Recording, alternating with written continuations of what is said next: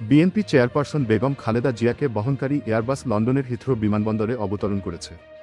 বুধবার স্থানীয় সময় সকাল ৮টা ৫৯ তাকে বহন করা এয়ারবাসটি অবতরণ করে। সাবস্ক্রাইব করুন আর নতুন ভিডিও দেখতে বেল আইকনে ক্লিক করতে ভুলবেন না। হিথ্রো বিমানবন্দর কর্তৃপক্ষ খালেদা জিয়াকে ভিআইপি প্রোটোকল দেয়।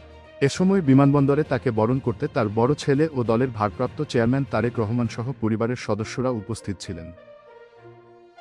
খালেদা জিয়াকে বরণ করতে বিমানবন্দরের বাহিরে বিপুল সংখ্যক দলীয় নেতাকর্মীও উপস্থিত ছিলেন।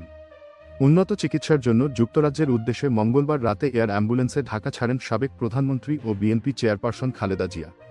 রাত 11টা 46 হজরত শাহজালাল আন্তর্জাতিক বিমানবন্দর থেকে উড্ডয়ন করে কাতার আমিরের পাঠানো এয়ার অ্যাম্বুলেন্সটি।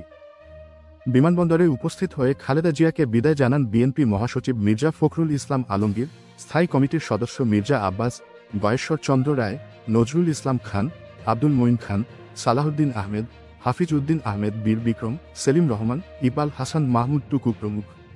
সাবেক এই প্রধানমন্ত্রী liver cirrhosis, kidney, heart, diabetes, arthritis সহ নানা শারীরিক অসুস্থতায় ভুগছেন। এছাড়া 10 শালাকার প্রিমিয়াম স্তরের সিগারেটের দাম 160 টাকা থেকে বাড়িয়ে 170 টাকা, উচ্চ স্তরের 10 শালাকার দাম 120 টাকা থেকে বাড়িয়ে 130 টাকা ও মধ্যম স্তরের 10 শালাকার দাম 70 টাকা থেকে বাড়িয়ে 80 টাকা করা হচ্ছে।